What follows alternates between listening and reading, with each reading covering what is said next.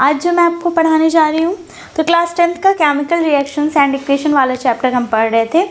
इसमें काफ़ी चीज़ें हमारी कवर हो गई थी जो सबसे इम्पॉर्टेंट आपके बोर्ड एग्ज़ाम के भी पॉइंट ऑफ व्यू से, इवन आगे भी जब आप 11th-12th में जाओगे, मतलब हर तरीके से अगर मैं कहूँ, और प्लस इस चैप्टर का अगर सबसे इम्पॉर्टेंट टॉपिक मैं कहूँ तो वो क्या है हमारा बैलेंसिंग ऑफ अ इक्वेशन। क्या है? इक्वेशंस की balancing, one of the most important topic of this chapter, और इन फ्यूचर भी आपके लिए ये बहुत ज़्यादा इम्पॉर्टेंट टॉपिक रहेगा। ठीक है, तो चलिए इसको समझते हैं। हम पहले देखते हैं कि बैलेंस्ड इक्वेशन होता क्या है। ठीक है, so firstly we should discuss the what is the definition of balanced equation. The equations in which the number of atoms of each element on the reactant and product side are equal as to follow the law of conservation of mass. ठीक है, अब इसमें mainly जो समझने वाली बात आई है वो क्या आई है, 2-3 पॉइंट ऐसे हैं जो हमें यहाँ पे समझना है। ठीक है, तो देखिए सबसे पहले तो हमारा ये है लॉ ऑफ कंजर्वेशन ऑफ मास। ये क्या कहता था? लॉ ऑफ कंजर्वेशन ऑफ मास। ठीक है, बाकी तो आप समझ ही गए होंगे।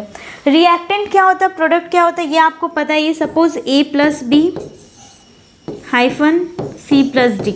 ठीक है, ये हो गया क्या रिएक्टेंट, और ये क्या हो गया प्रोडक्ट।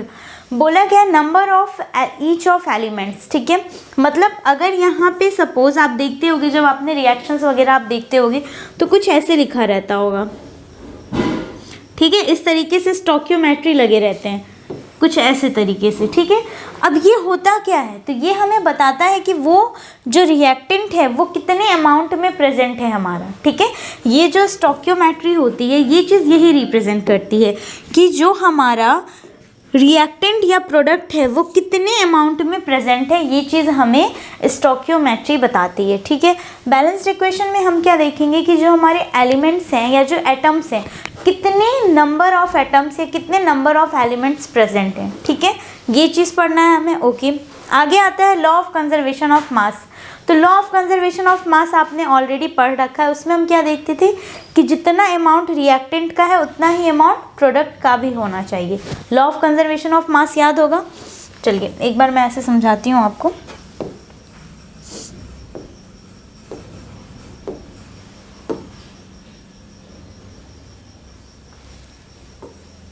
चलिए देखिए यहाँ समझते हैं हम लोग।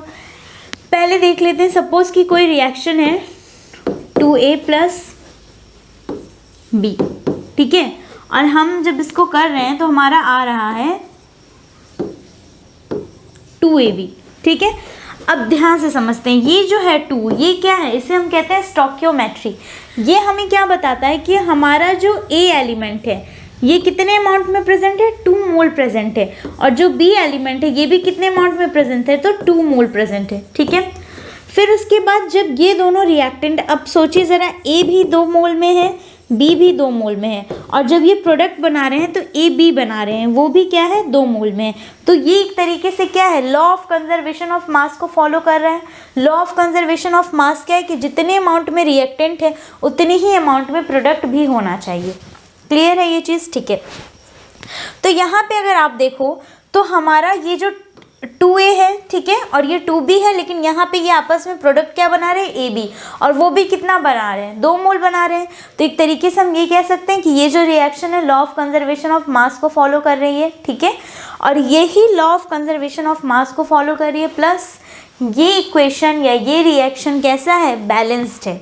बैलेंस्ड इक्वेशन मीन्स वो रिएक्शंस जो law of conservation of mass को फॉलो करे, प्लस जिसमें the number of reactant is equal to the number of product. जितने रिएक्टेंट प्रेजेंट हैं उतने ही अगर प्रोडक्ट प्रेजेंट होंगे तो वो कैसा रिएक्शन होगा, बैलेंस्ड रिएक्शन होगा।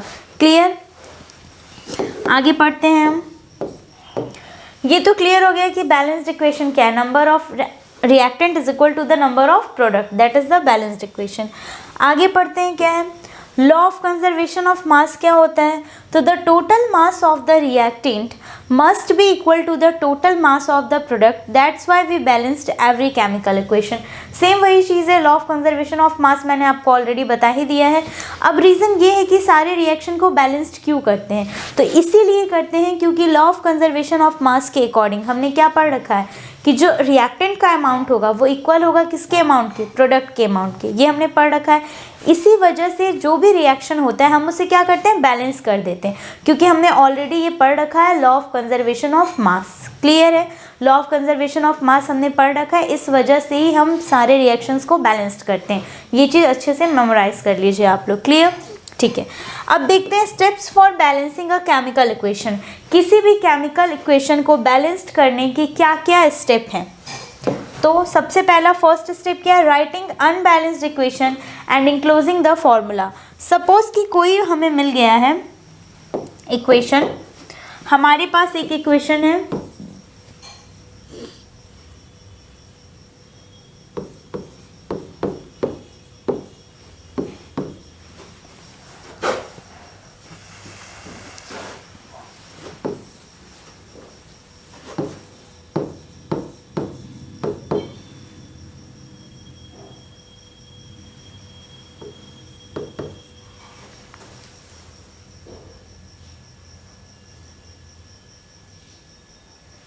NaOH plus HCl। ठीक है, इस रिएक्शन को पहले हम लोग कंसीडर किया जाए।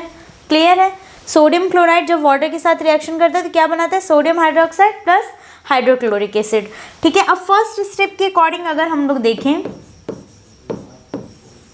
स्टेप 1 के अकॉर्डिंग देखिए तो क्या दिया हुआ है, writing unbalanced equations and enclosing the formulas. ठीक है, तो जैसे हम लोग इस रिएक्शन को देख रहे थे, तो unbalanced equation and including the formula, तो एक तो हमारा NaCl है, फिर है हमारा H2O, फिर NaOH और फिर है हमारा HCl। ठीक है, सेकेंड स्टेप जो हमारा आता है वो सेकेंड स्टेप हमारा क्या होता है, यहाँ से देखते हैं। सेकेंड स्टेप जो है हमारा वो है हमारा making list number of atoms of different elements present in unbalanced equation.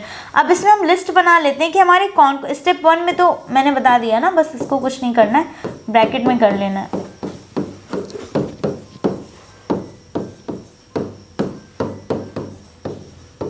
ठीक है, ये है रिएक्शन। स्टेप 2 में हमें क्या करना है,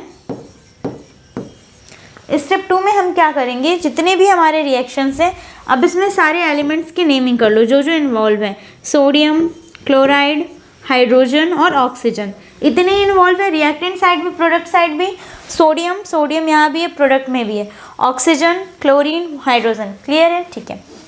थर्ड स्टेप में हम क्या करेंगे, बैलेंसिंग फर्स्ट एलिमेंट। ठीक है, पहले चेकआउट कर लेते हैं कि कितने हैं। अब यहाँ लिख देती हूँ मैं रिएक्टेंट, ठीक है, और यहाँ लिख देती हूँ मैं प्रोडक्ट, और यहाँ पे हम नंबर्स लिखेंगे। अब सोडियम आप देखो रिएक्टेंट में कितना है, 1 है, प्रोडक्ट में कितना है, 1 है।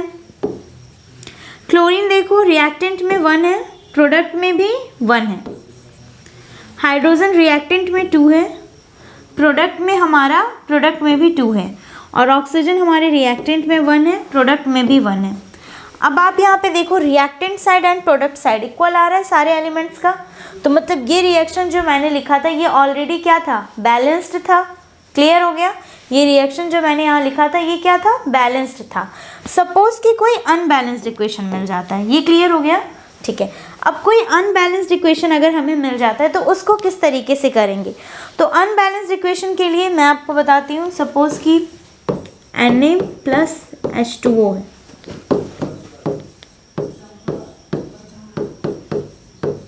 ठीक है। अब डायरेक्ट लिख लेते हैं जो जो रिएक्टेंट इन्वॉल्व है, सोडियम, हाइड्रोजन, ऑक्सीजन, बस इतना ही है ना, sodium, hydrogen, oxygen, sodium, oxygen, hydrogen, वही चीज़ें हैं, देख लो आप पूरे उसमें। तो बस ये 3 एलिमेंट हैं, ठीक है। अब एक बार रिएक्टेंट का लिख लेते हैं और एक बार एक तरफ प्रोडक्ट का लिख लेते हैं,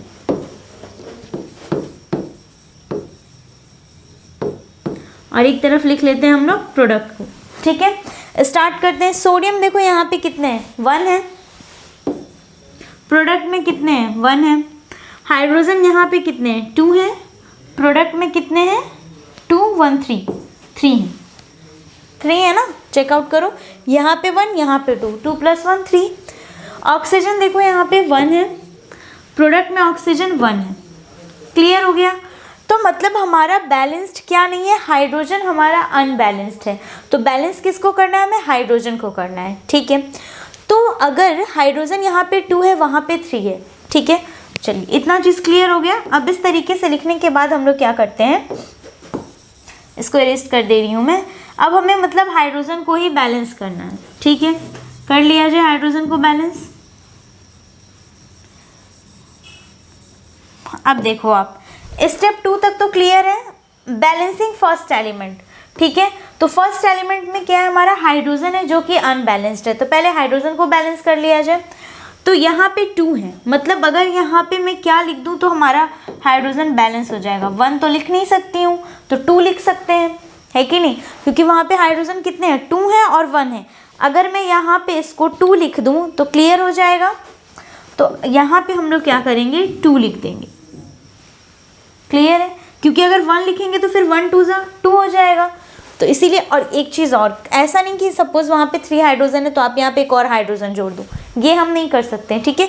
हम लोग सिर्फ क्या करते हैं, बैलेंस करने के लिए नंबर्स ऐड करेंगे, ओके। अब आप चेकआउट करो तो 2 2 जा, हाइड्रोजन रिएक्टेंट में हो गए हैं 4 और प्रोडक्ट में है 2 1 3 ही हैं। तो अब क्या करेंगे, हम लोग आगे चलते हैं। ये तो क्लियर हो गया। अब यहाँ पे 4 है, यहाँ पे 3 है, ठीक है। आगे देखते हैं हम लोग, यहाँ पे हमारा 2 2 4 और ऑक्सीजन भी 2 है। तो मतलब हमें फिर से चार्ट बनाने की ज़रूरत है, बना लेते हैं। एक तरफ रिएक्टेंट लिख देते हैं, एक तरफ प्रोडक्ट, ठीक है।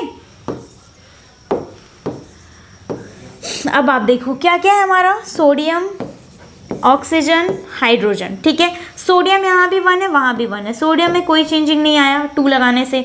ऑक्सीजन देखो यहाँ पे 2 हो गया है, प्रोडक्ट में ऑक्सीजन 1 है। हाइड्रोजन यहाँ पे 4 हो गया है और प्रोडक्ट में हाइड्रोजन 3 है। अब क्या कर सकते हैं हम लोग, चलिए चेकआउट करते हैं। तो अगर यहाँ पे भी मैं 2 लगा दूँ, सपोज अगर मैं यहाँ पे 2 लगा दूँ तो ऑक्सीजन हमारा 2 हो गया, ऑक्सीजन हमारा 2 हो गया, तो ऑक्सीजन को 2 कर लो, ठीक है। लेकिन यहाँ पे 2 लगाने से 2 1 जा 2, कोई चेंजिंग आई है, हाइड्रोजन यहाँ पे कितने हैं, 1 है, तो 2 1 जा, पहले एक मिनट एक एक करके करते हैं। पहले ऑक्सीजन बैलेंस्ड हो गया, यहाँ पे भी ऑक्सीजन कितने हैं, 2 है, यहाँ पे भी ऑक्सीजन कितने हो गए, 2 हो गए, तो 2 2 ऑक्सीजन बैलेंस्ड है, ठीक है। अब आते हैं हाइड्रोजन पे, हाइड्रोजन 2 2 जा 4 है, लेकिन यहाँ पे हाइड्रोजन कितने हैं, 2 1 जा 2 और ये 2 प्लस कर देंगे। ये पता है ना आपको, ये 2 है और यहाँ पे हाइड्रोजन 1 है, तो 2 × 1 2 प्लस यहाँ पे 2 है तो plus 2 is equal to 4 hydrogen है, क्लियर है। अब आगे करते हैं हम लोग, आगे क्या है हमारा, तो यहाँ पे हाइड्रोजन हमारा 4 आ गया, मतलब हाइड्रोजन प्रोडक्ट साइड में भी क्या हो गया, 4 हो गया, मतलब हाइड्रोजन भी बैलेंस हो गया। अब आते हैं सोडियम पे, सोडियम यहाँ पे 1 है लेकिन यहाँ पे 2 है, तो अब सोडियम बैलेंस करने के लिए क्या करेंगे, तो कुछ नहीं करेंगे, चुपचाप से अगर यहाँ पे मैं 2 लिख दूँ तो रिएक्टेंट में भी सोडियम कितने हो जाएंगे, 2 हो जाएंगे, और प्रोडक्ट में भी सोडियम कितने हो जाएंगे, 2 हो जाएंगे, क्लियर है। अब चेकआउट करते हैं, सोडियम कितने हैं रिएक्टेंट में, 2, प्रोडक्ट में कितने हैं, 2, ठीक है। ऑक्सीजन पे आते हैं, ऑक्सीजन यहाँ पे कितने हैं रिएक्टेंट में, 2, प्रोडक्ट में भी कितने हैं, 2 हैं। हाइड्रोजन पे आते हैं, 2 2 जा 4 हो गया, फिर प्रोडक्ट साइड में जाते हैं तो 2 1 जा 2 प्लस कर देंगे 4, क्लियर है। अब ये जो हमारा रिएक्शन है, ये रिएक्शन हमारा कैसा है, बैलेंस्ड इक्वेशन है, कैसा है, बैलेंस्ड इक्वेशन है, क्लियर है। यही रिएक्शन हमारा क्या होता है, बैलेंस्ड इक्वेशन कहलाता है, ठीक है। अब आप खुद से कई सारे क्वेश्चंस लेकर प्रैक्टिस करो, ये क्लियर हो गया। ऐसे कई सारे एग्जांपल्स मैं दे सकती हूँ, अगर आपको ट्राई करना हो तो आप ट्राई करो।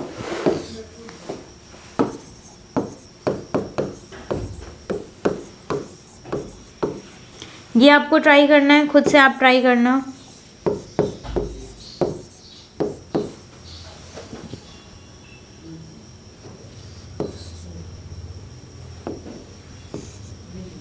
अच्छा रुको मैं आपको देती हूँ, एक तो आप ये क्वेश्चन खुद से ट्राई करना, एक रिएक्शन आप ले लो।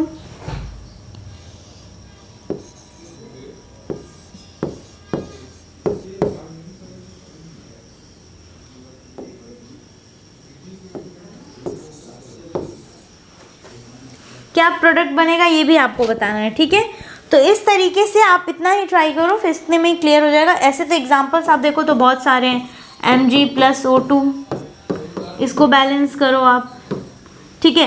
कई सारे रिएक्शंस हो सकते हैं, तो इतना रिएक्शन आप खुद से ट्राई करोगे, नहीं आएगा फिर आप मुझे कमेंट्स में बताना, उसके बाद मैं ये आपको बताऊंगी, ठीक है। क्लियर है, समझ में आया बैलेंसिंग कैसे करते हैं। अगर यहाँ पे भी आप आओ तो स्टेप 3 में क्या है, बैलेंसिंग फर्स्ट एलिमेंट। फिर हम स्टेप 4 में जाएं तो क्या है यहाँ पे, बैलेंसिंग सेकेंड एलिमेंट, ठीक है। फिर आप स्टेप 5 में जाओगे तो क्या है, checking the correction of equations, ठीक है। तो मैंने एक ही बार में आपको सब कुछ क्लियर कर दिया है। सबसे पहले क्या करना है, कोई भी रिएक्शन लिखा हुआ है, सपोज कोई भी रिएक्शन है, ठीक है। उस रिएक्शन में कितने एलिमेंट्स इन्वॉल्व हैं उन्हें एक साइड लिख लो, ठीक है। उसके बाद नंबर चेकिंग करना है, रिएक्टेंट में कितने, प्रोडक्ट में कितने, ठीक है। उसके बाद फिर आप उसे बैलेंस्ड करोगे। लेकिन ध्यान क्या रखना है कि सपोज कि एक तरफ रिएक्टेंट साइड में 2 हाइड्रोजन है, प्रोडक्ट साइड में 3 हाइड्रोजन है, तो ऐसा नहीं है कि आप रिएक्टेंट साइड बैलेंस करने के लिए 1 हाइड्रोजन ऐड करो। एलिमेंट्स हम खुद से नहीं जोड़ सकते हैं, लेकिन हाँ नंबर्स जो आगे हैं वो हम बस ऐड करते हैं, ठीक है। जैसे आप यहाँ पे 2 कर लो, फिर यहाँ पे जिस तरीके से मैंने किया, ठीक है। तो कभी भी हम एलिमेंट्स को नहीं लिख सकते हैं एक्स्ट्रा, बस नंबर्स को लिखते हैं। क्लियर है क्या होता है बैलेंसिंग ऑफ इक्वेशन, अच्छे से समझ में आया, ठीक है। अब इस चैप्टर का बस एक टॉपिक और रह गया, कोरिजन, रेंसिडिटी प्लस उसके प्रिवेंशन क्या क्या है, ये सारी चीज़ें। तो ये मैं आपको अपने नेक्स्ट लेक्चर में बताऊंगी। उसके बाद हम लोग 1 मार्क वाले जितने भी क्वेश्चंस हैं वो करूंगी। बोर्ड एग्जाम में आने वाले जैसे जिन जिन क्वेश्चंस की पॉसिबिलिटीज़ है, प्लस मैंने आपको पहले ही कहा था जब मैंने चैप्टर स्टार्ट किया था कि जितने भी प्रीवियस ईयर्स में जितने भी बोर्ड एग्जाम के क्वेश्चंस आए वो सारे के सारे मैं आपको चैप्टर वाइज कराऊंगी, ठीक है। नहीं तो आपको ऐसे तो बहुत सारे वीडियोज़ मिल जाएंगे जिसमें कई सारे बोर्ड एग्जाम के क्वेश्चंस कराए गए हैं प्रीवियस ईयर के, लेकिन चैप्टर वाइज स्पेसिफिक इस चैप्टर से पिछले 10 सालों में कितने क्वेश्चंस आए हैं उस तरीके से मैं कराऊंगी, ताकि आपका कॉन्सेप्ट बिल्कुल वेल क्लियर रहे, ठीक है। 1 मार्क वाले भी वैसे ही कराऊंगी, प्लस जो लॉन्ग क्वेश्चंस होते हैं वो भी मैं वैसे ही कराऊंगी, ठीक है। सो अगर वीडियो आपको अच्छी लगी होके सो लाइक और सब्सक्राइब करिए। प्लस मैं हमेशा बोलती हूँ एक चीज़ की कोई भी डाउट हो तो you can ask me on comments, ठीक है। अगर मेजॉरिटी में एक ही डाउट रहेगा तो मैं स्पेसिफिक वीडियो बना दूंगी, अदरवाइज़ मैं आपको रिप्लाई करके बता दूंगी, ठीक है। तब तक के लिए थैंक यू वेरी मच।